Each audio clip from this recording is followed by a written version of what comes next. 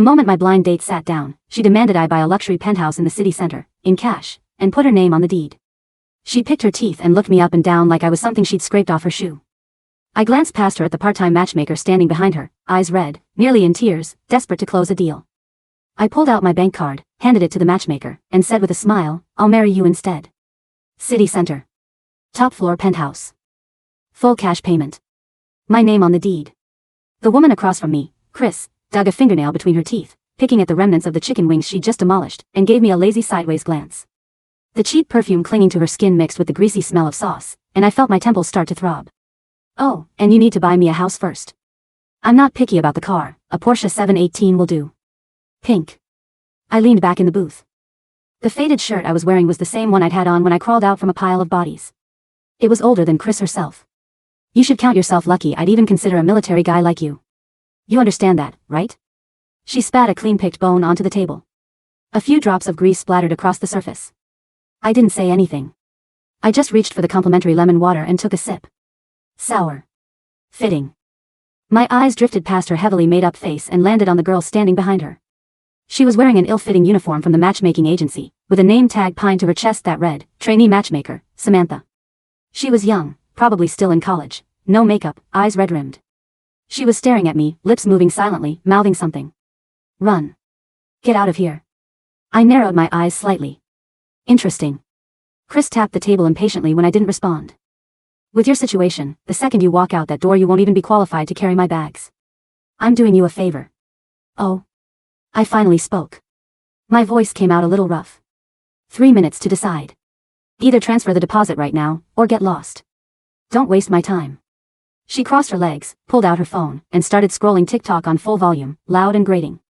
That's when I felt something gently tap my knee from under the table. I looked down and saw a crumpled napkin being pushed across from the other side. Samantha had her head down, pretending to tidy the table, but her hands were trembling slightly. I hoped the little paper ball with my foot, slid it to my side without drawing attention, and picked it up. I smoothed it open. The handwriting was small and neat but hurried. "Run. She's a scammer. They're a whole gang. Don't give them any money, they'll take everything you have." The last stroke had pressed so hard it nearly tore through the napkin. I looked up just as Samantha lifted her eyes to meet mine. They were full of terror and pleading.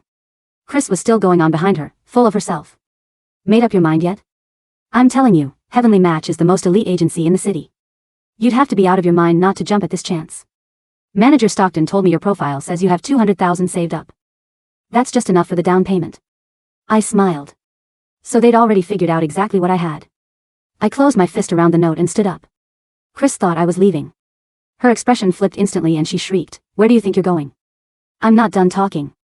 The agency manager, a plump, overly friendly woman, immediately appeared with 2 security guards, cutting off my path.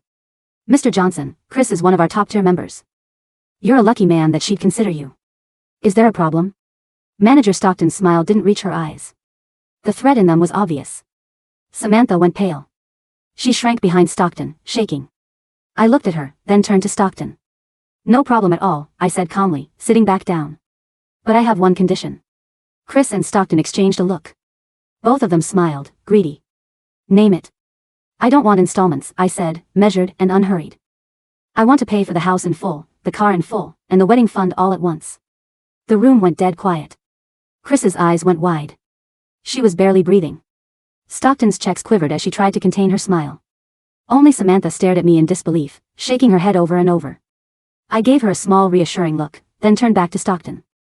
"But I'll need your agency to provide a written guarantee, confirming that Chris has a clean background and that the marriage will be stable and harmonious. If anything goes wrong, your agency bears full responsibility." "Absolutely, of course." Stockton agreed without a second's hesitation. In her eyes, I was already fish on the hook. "There's just one more small thing." I paused, and my gaze settled on Samantha. "For our next meeting, I'd like Samantha to be our dedicated matchmaker." Stockton's smile stiffened for just a moment before blooming back into full warmth. "Of course. Samantha, did you hear that? Go ahead and thank Mr. Johnson." Samantha looked at me, hesitant, and said quietly, "Thank you, Mr. Johnson." Chris curled her lip. "What's a trainee going to do?" "Whatever, as long as the money shows up I don't care who's there." I left them with my new phone number. Under their greedy, contemptuous stares, I walked out of that upscale matchmaking agency. The sunlight outside was sharp. I took out my phone and made a call. "Wesley." "Sir." My personal assistant Wesley picked up immediately. I need you to look into a matchmaking agency called Heavenly Match. Also 2 people, one named Chris, one named Samantha. And prepare 2 documents for me. 1 standard contract, and 1 deed of gift. I hung up and turned the crumpled napkin over in my pocket. The girl's handwriting still held a trace of warmth. In a city this cold, that tiny act of kindness felt like something rare. I didn't know why she tried to help me. But I knew I wasn't going to let her get swallowed up by these wolves. The next morning, Wesley's report landed in my inbox. Efficient as always. Heavenly Match was a front, a full-scale fraud operation. They specifically targeted men with limited social circles but some savings, whose finances weren't easily tracked. Veterans. Programmers who'd spent years working away from home. They fabricated the persona of a wealthy, beautiful woman and used every trick available to earn the target's trust, then bled them dry under the guise of marriage. Chris was their star performer. Multiple prior offenses. Several victims had already lost everything. But the section of the report about Samantha stopped me cold. Samantha was a finance major and a top student. She'd held the National First-Class Scholarship for 3 consecutive years. She was an orphan, raised at Sunshine Home, a children's care facility on the edge of the city. She'd taken this part-time job to raise money for surgery for a younger boy at the orphanage who'd been born with a congenital heart defect. She'd been tricked into working there. Stockton had lured her in with promises of high pay, had her sign a contract, then confiscated her ID and student card to keep her trapped. Worse, the photos gang used in their online profiles were all taken from Samantha's personal accounts. They used her fresh, wholesome image to reel in targets, then swapped her out for Chris once the hook was set. The last page of the report included a photo, Samantha at the orphanage, holding a thin little boy, smiling the softest smile. Sunlight fell across her. Clean. Untouched. I closed the email. Something sat heavy in my chest. She was already stuck in the mud herself, and she was still reaching out to pull someone else free. My phone buzzed. A text from Samantha. Mr. Johnson, please don't trust them. They're all scammers. Just go to the police, please don't have any more contact with them. There was a crying emoji at the end. I could imagine exactly how frightened she'd been when she sent that. I replied, I know. Then I called Wesley. Sir. Get ready. Tomorrow, we close the net. The next day I showed up at the coffee shop at the agreed time.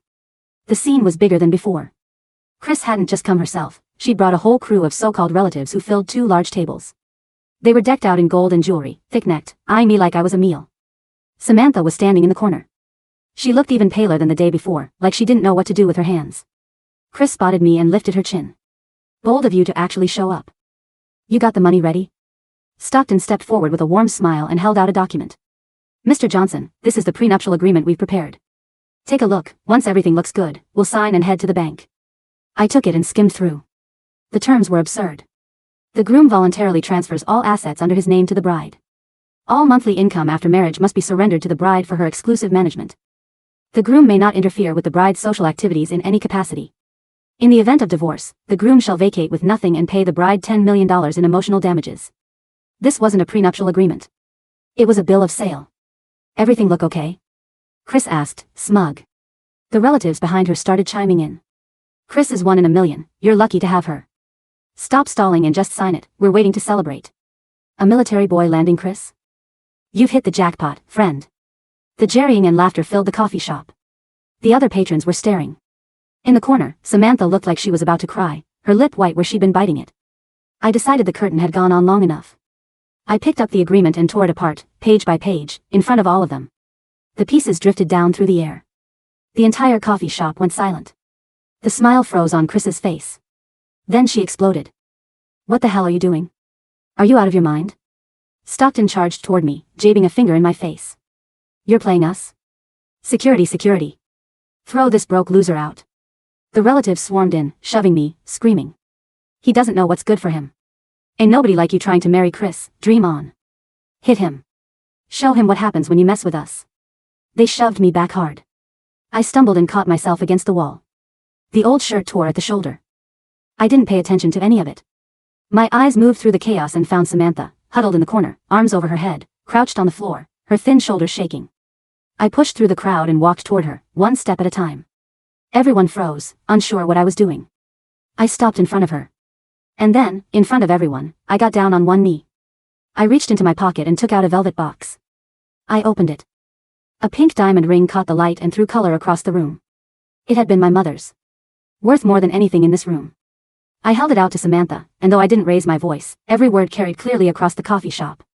Samantha, I don't have a luxury penthouse. I don't have a Porsche. All I have is a past that involved a uniform, and future that might be worth something. Will you marry me, a broke soldier? Time seemed to stop. The coffee shop was so quiet you could hear a pin drop. Everyone stared at us, frozen. Samantha lifted her head. Her eyes were wet with tears, and they were filled with shock and total disbelief. She looked at me. She looked at the ring. Her lips trembled. She couldn't get a single word out. Chris was the first one to snap out of it. She doubled over laughing. He's lost it, he has absolutely lost it. Some broke guy pulls out a glass marble and thinks he's doing a proposal? I'm dying. Stockton joined in. Mr. Johnson, isn't this a bit dramatic? If you don't have the money, just say so. Isn't this embarrassing for you? The relatives fell over each other laughing. Did the army knock something loose in his head? That's a pink diamond.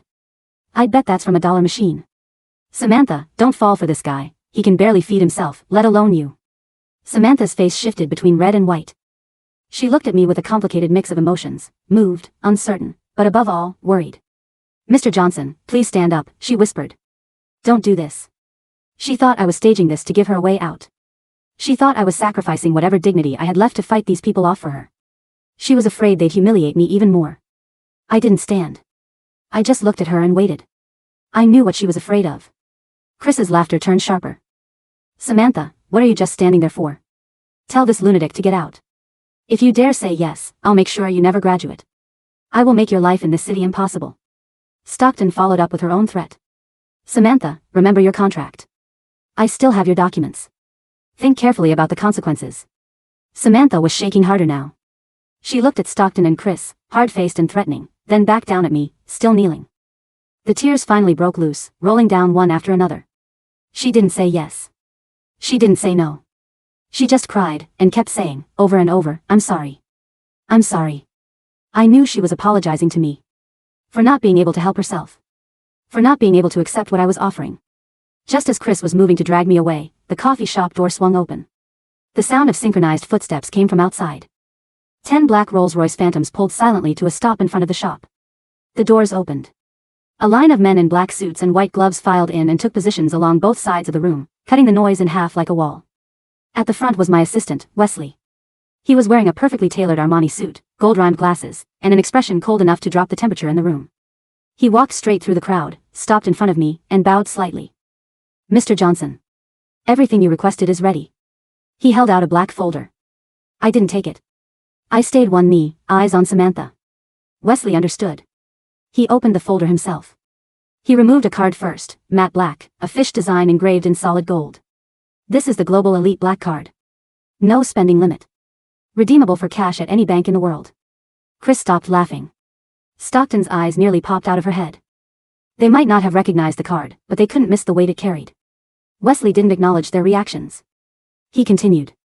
These are the property deeds for the entire Tower A of Riverside Crown, all 48 penthouse units, transferred into your name. These are the purchase contracts for 10 pink Porsche 718s. This is a certified check for $880,000, redeemable immediately. And additionally, with every item Wesley named, the color drained further from Chris's and Stockton's faces. By the time a thick stack of deeds and car contracts sat on the table, their legs had started to give. A collective intake of breath swept through the coffee shop. Everyone was staring at me, at this man in a worn-out shirt, kneeling on the floor of a coffee shop, proposing to a matchmaker, like they were seeing something they couldn't explain. Chris's mouth worked soundlessly. She pointed at me, voice cracking. You. She couldn't finish a sentence.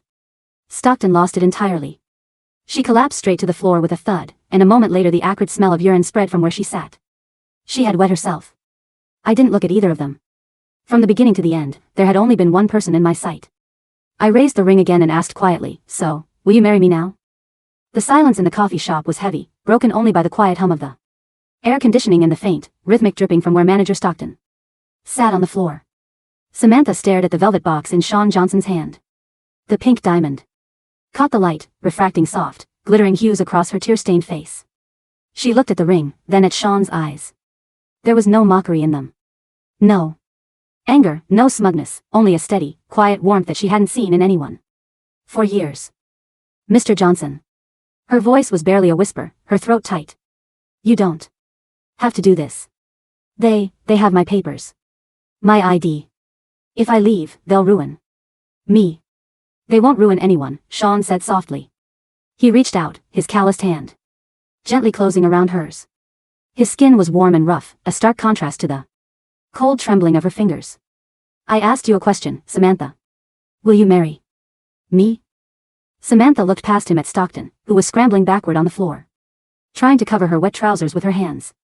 She looked at Chris, whose face had turned a sickly shade of gray, her eyes darting toward the stack of property deeds and the black card on the table as if trying to calculate how a man in a torn shirt could possess such wealth.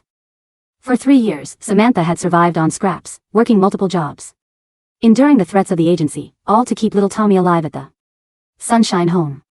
She had forgotten what it felt like to have someone stand in front of her. She swallowed hard, her chest heaving, and slowly nodded. Yes, she whispered, her voice gaining strength. Yes, I will. Sean smiled.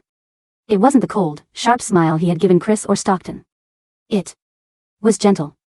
He took the ring from the box and slid it onto her ring finger. It fit perfectly. Stand up, Samantha, Sean said, rising to his feet and pulling her up beside him. As soon as she was standing, the atmosphere in the room shifted. The gentle warmth in Sean's eyes vanished, replaced by the flat, icy gaze of a man who had commanded armies. He turned his attention back to the room. Wesley, Sean called out. Sir, Wesley stepped forward, bowing slightly. Get the local police chief, the director of the Bureau of Industry and Commerce, and the head of the anti-organized crime division on the phone. Tell them I have a gift for them. Already done, sir, Wesley replied, tapping his tablet. The squad cars are 2 minutes away. I have also frozen the corporate bank accounts of Heavenly Match. And all personal accounts registered under Stockton Vance and Christina, Chris. Lou. Wait. No. Stockton shrieked, her voice cracking as she tried to stand, only to slip on her own mess. She scrambled forward on her hands and knees. Mr. Johnson. Sean. Please, it was a misunderstanding. We didn't know. If we knew you were, we would never have dared. Chris also stepped forward, her vulgar arrogance completely gone. She tried to smooth her hair, forced a trembling, pathetic smile, and took a step toward Sean. Sean, honey, we were just joking. A test. Yes, a test to see if you were sincere. I don't need the penthouse. I don't need the Porsche. We can start over. Sean didn't even look at her. He took off his torn jacket, draped it over Samantha's shaking shoulders, and guided her toward the door. Mr. Johnson. Chris screamed behind him, her voice turning desperate. She's an orphan. A nobody. She's just a dirty student who works for pennies. Why her? Why not me? Sean stopped at the threshold of the coffee shop. He didn't turn around, but his voice carried a weight that made the remaining relatives shrink back into the corners. Because when she thought I was a broke soldier with nothing to my name, she tried to save me, Sean said quietly. And when you thought I had $200,000, you tried to bleed me dry. That is the difference. With that, he walked out of the shop, his arms secure around Samantha's shoulders. Behind them, the high-pitched wail of police sirens began to echo down the street, drawing closer by the second. The interior of the Rolls-Royce Phantom was silent and smelled of expensive leather. Samantha sat stiffly in the back seat, her hands clasped tightly in her lap. The pink diamond on her finger felt incredibly heavy. You're shaking, Sean said, sitting beside her. He reached over and poured a glass of warm water from the built-in mini fridge, handing it to her. Drink some. It'll help. Thank you, she murmured, taking the glass with both hands. She took a tiny sip, the warmth spreading through her chest, but her eyes remained wide and anxious. Mr. Johnson. Sean. I don't know what to say. The things your assistant said, the penthouses, the cards. Who are you? Sean looked out the window as the city skyline rushed past. Just a man who spent 10 years in the mud, Samantha. When my parents passed away, they left me a legacy I didn't want. I went to the borders instead. I fought, I survived, and when I came back, I found that the money had multiplied. But money doesn't buy peace. He turned back to look at her. Yesterday, in that agency, I saw a lot of people who wanted my money. But I saw only one person who cared about my life. Why did you write that note? Samantha lowered her head, her fingers tightening around the glass. I couldn't watch them do it again. Last month, they targeted a retired railway worker. He had saved $80,000 for his daughter's wedding. They used my photos to lure him in, and then Chris met him. Within 2 weeks, they took everything. He tried to jump from the bridge.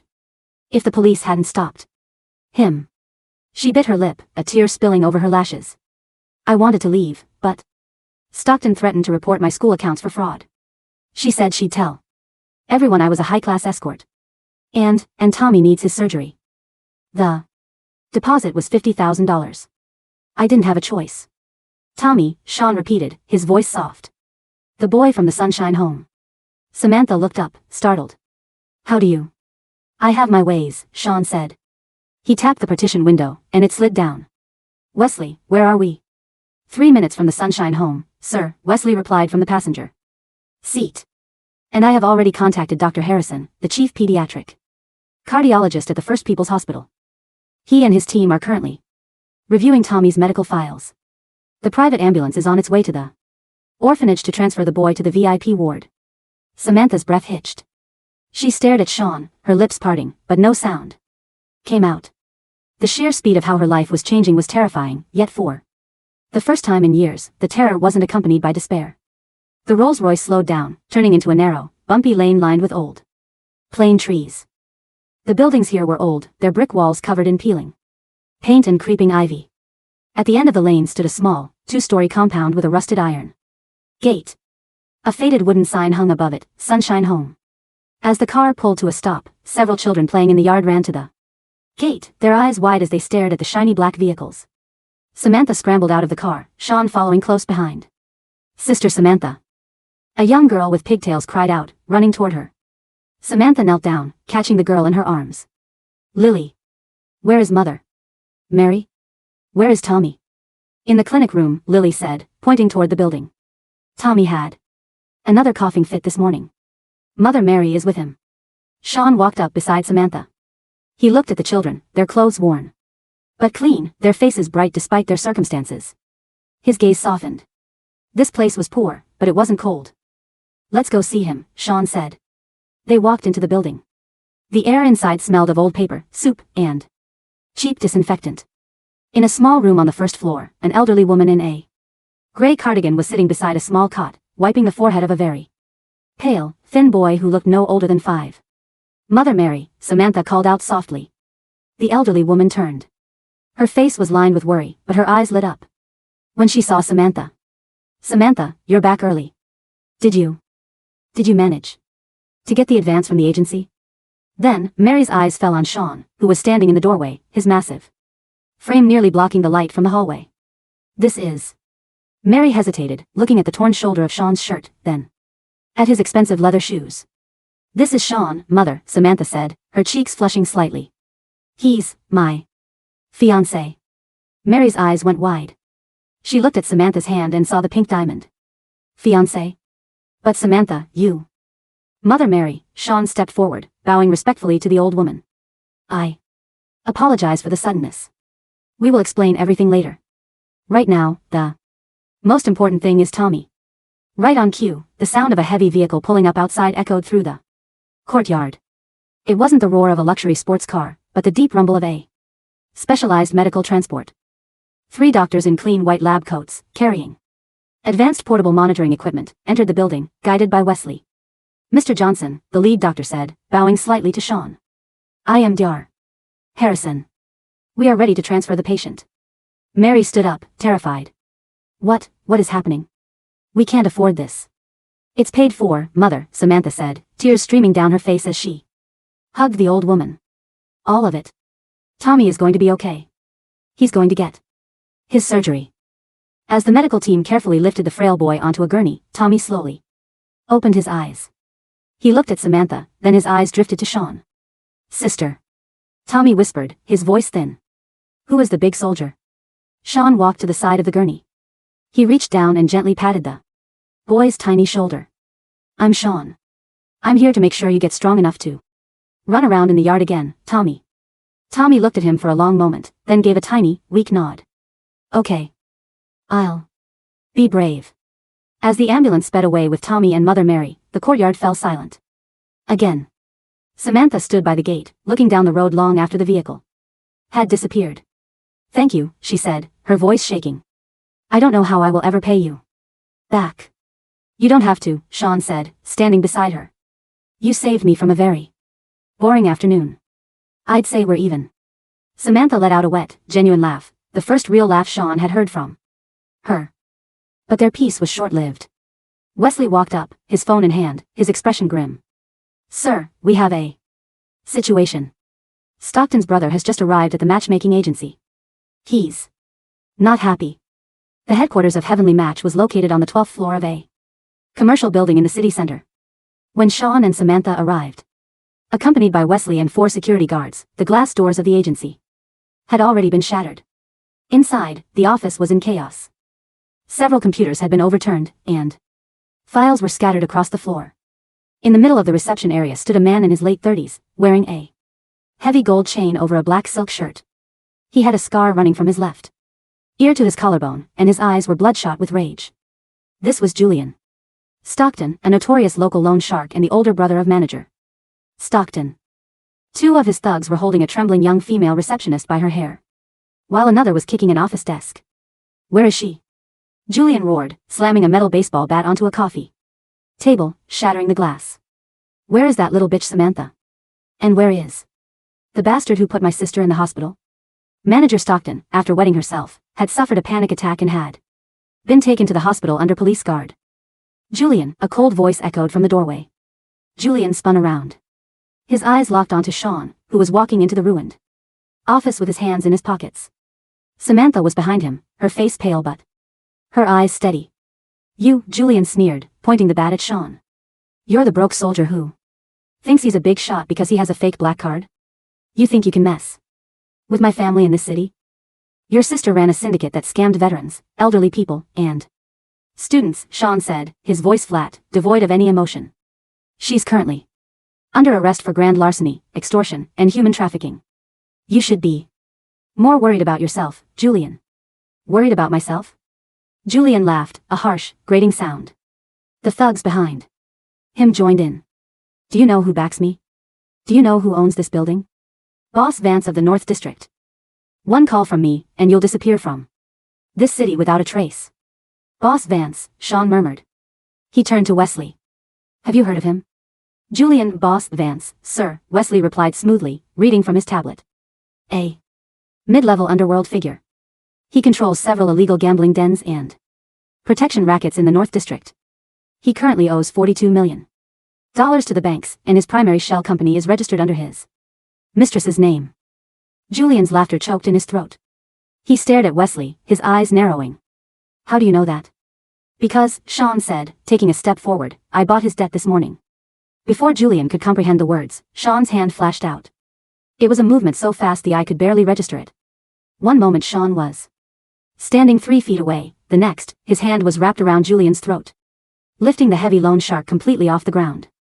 The thugs gasped, stepping back in terror. You! Julian thrashed, his legs dangling in the air, his face turning a deep, suffocating purple as he tried to claw at Sean's iron grip. Let me. Listen to me carefully, Sean said, his voice low and dangerous, vibrating with the authority of a man who had survived the worst battlefields on Earth. The time of you and your sister preying on the weak in this city is over. If I see you, your men, or anyone associated with Boss Vance near Samantha or the Sunshine home again, I won't use the law. Do you understand me? Julian, his eyes bulging with genuine terror, managed a frantic nod. Sean tossed him aside like a bag of garbage. Julian crashed into a row of filing cabinets, groaning in pain as he clutched his neck. Wesley, clean this place up, Sean ordered, not looking back. And find Boss Vance. Tell him we need to have a conversation about his tenancy. Yes, sir, Wesley replied. As Sean walked out, holding Samantha's hand, she looked at him with a mixture of awe and fear. Sean, you were like a different person. In the military, if you hesitate, people die, Sean said softly as they entered the elevator. I've spent too long protecting people from enemies across the border. I won't let the snakes inside our own house hurt the people I care about. He looked at her, his expression softening. Are you scared of me? Samantha looked at his hand, the hand that had just lifted a grown man off the floor so easily. Then she looked at his eyes, which were now filled with nothing but concern for her. She reached out and took his hand, squeezing it. No. I feel safe. The news of the raid on Heavenly Match and the arrest of manager Stockton spread through the city's underground like wildfire. In a private, dimly lit VIP room of the Grand Dynasty Club in the North District, Julian Vance, the notorious Boss Vance, sat on a plush leather sofa, a thick cigar burning between his fingers. His face was grim. Opposite him, Julian Stockton was nursing a heavily bandaged neck, his voice hoarse and trembling. "Boss, you have to help us," Julian Stockton pleaded. "He's not a regular soldier. He has resources. His assistant knew about your debts. He bought them. How is that even possible?" Boss Vance took a slow drag of his cigar, his eyes fixed on a glass of whiskey on the table. "He bought my debt from the commercial bank? That requires a direct clearance from the provincial governor. Who is this Sean Johnson?" "We checked his profile at the agency." Chris Liu, who was also in the room, cried out. She was shaking, her usual arrogance replaced by sheer panic. It said he was a discharged sergeant from the Southern Command. He only had $200,000 in his retirement account. He wore a torn shirt. "A sergeant doesn't carry a global elite black card," Christina, Boss Vance said, his voice dangerously quiet. "A sergeant doesn't have 10 Rolls Royces escorting him.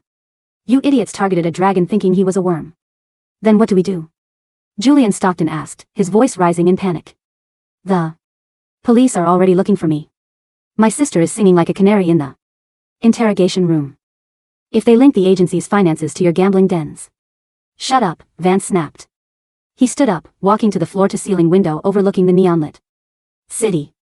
Vance had spent 20 years climbing to the top of the North District. He hadn't survived by being stupid. He knew when to fight and when to negotiate.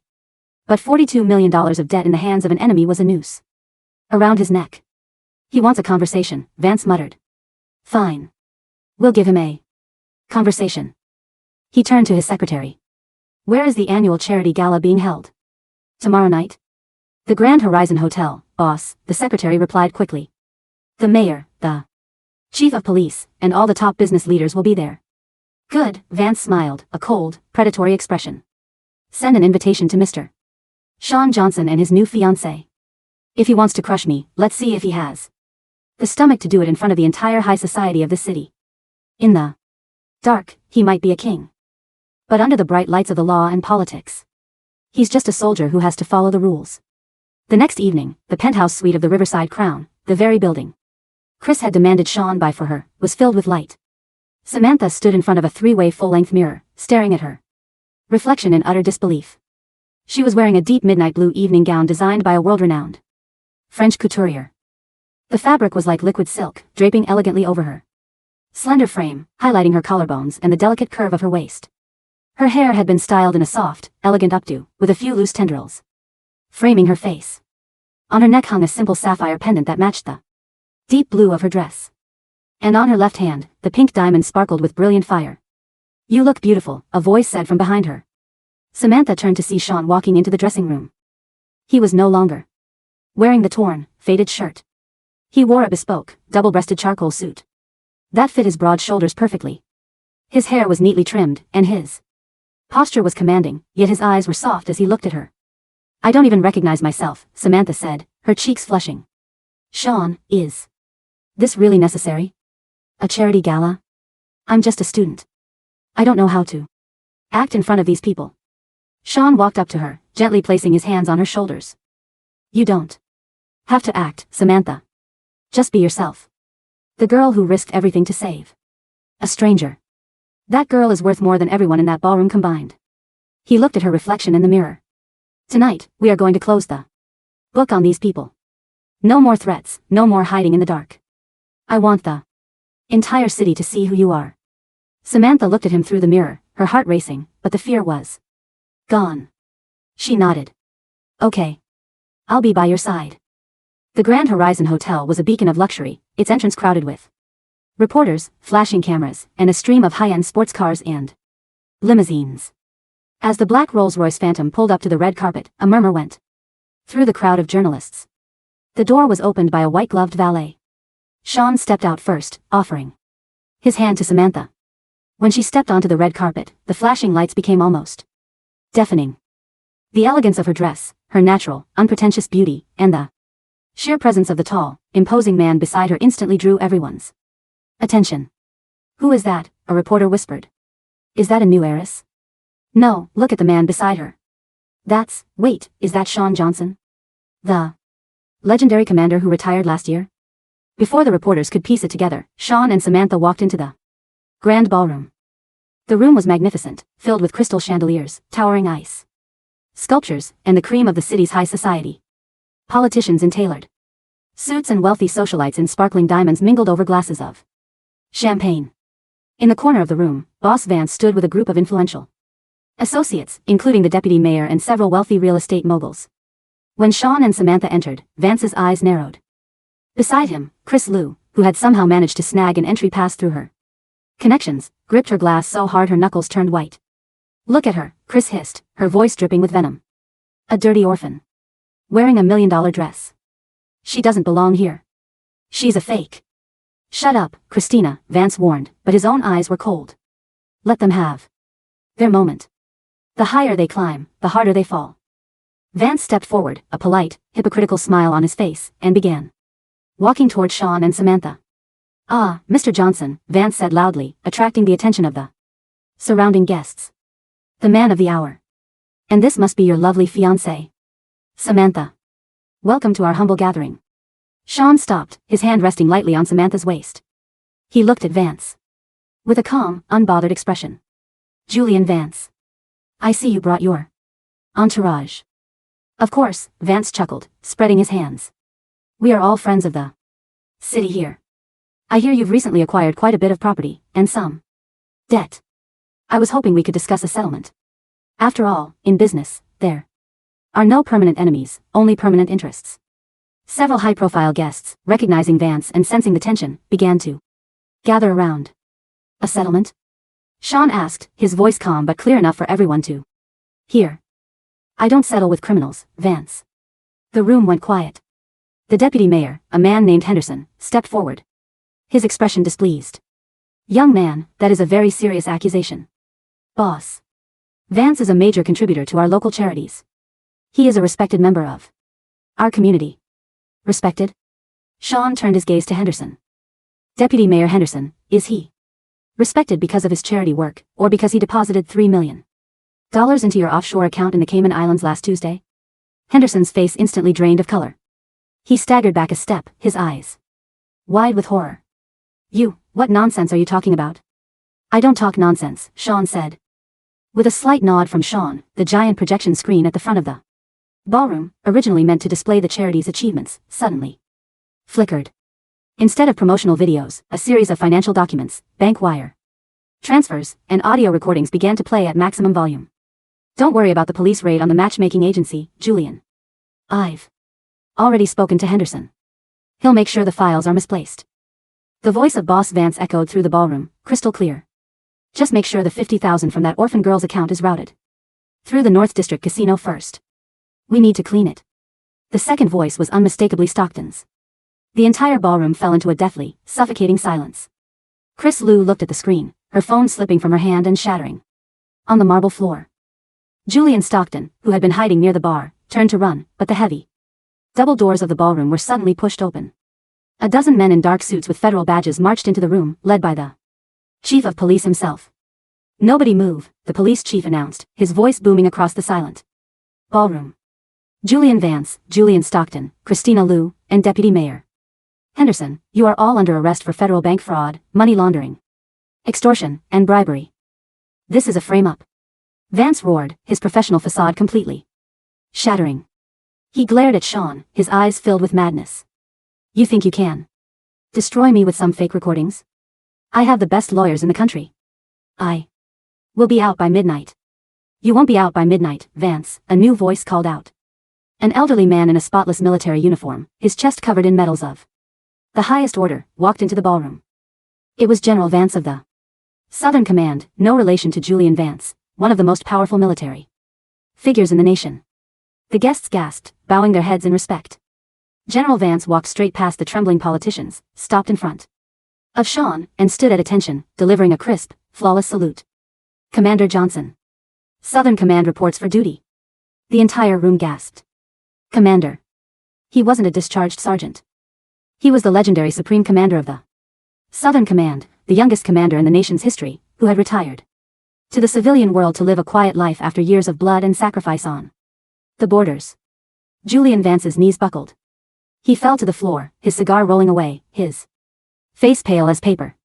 Chris Lou fell to her knees beside him, her breath coming in short, terrified gasps. She looked at Sean, at the man she had called a broke soldier, the man she had demanded by her a penthouse in cash, and realized that the wealth she had scraped and clawed for her entire life was nothing more than pocket change to the man standing before her. Commander Johnson. Henderson whimpered, trying to reach out, but the federal agents quickly handcuffed him, dragging him away along with Julian Vance, Julian Stockton, and Chris Lou. As Chris was dragged past Samantha, she looked at the younger girl. Samantha didn't look at her with triumph or mockery. There was only a quiet, gentle pity in her eyes. That pity was the final, devastating blow to Chris's pride. She let out a wild, hysterical scream as the doors of the ballroom closed behind her. 2 months later, the morning sun rose over the city, casting a warm, golden glow across the quiet waters of the river. On the top floor of Tower A of the Riverside Crown, the floor-to-ceiling windows of the penthouse were wide open, letting in a cool, fresh breeze. Tommy, now looking healthy and full of life, with a bright pink color in his cheeks, was running around the spacious living room, chasing a small toy drone that Wesley was piloting with a remote control. Careful, Tommy, Mother Mary laughed, sitting on a plush sofa, a cup of tea in her hand. Don't break Mr. Johnson's beautiful things. It's all right, Mother Mary, Sean said, walking into the room carrying a tray of fresh pastries. He was wearing a simple, comfortable white linen shirt. Everything in this house is meant to be played with. Samantha came out of the kitchen, carrying a fresh pot of coffee. She looked at Tommy, then at Mary, and finally at Sean. Her eyes were bright, filled with a deep, peaceful happiness. The lawyers called this morning, Samantha said, sitting beside Sean on the sofa. The transfer of the 48 penthouses to the Sunshine Foundation is complete. We can start moving the first group of children in next week. Good, Sean said, reaching over to take her hand, his fingers weaving through hers. They deserve a place where they can see the sky. And your studies? Sean asked, looking at her with a smile. The dean called me yesterday. He said they want to offer you a full scholarship for your master's degree. I told them I'd think about it, Samantha said, leaning her head against his shoulder. I think I'm going to be quite busy running a foundation, and being a wife. Sean looked down at her, his heart full. He had spent 10 years of his life in the dark, cold corners of the world, fighting to protect a peace he never thought he would get to enjoy. But looking at the warmth in this room, at the boy running around with a laugh that filled the high ceilings, and at the girl holding his hand, he knew his battle was finally over. He had found his home. Let's go for a walk, Sean whispered, standing up and pulling her with him. Where to? Samantha asked, smiling. Just outside, Sean said, looking out at the endless blue sky. The weather is perfect today.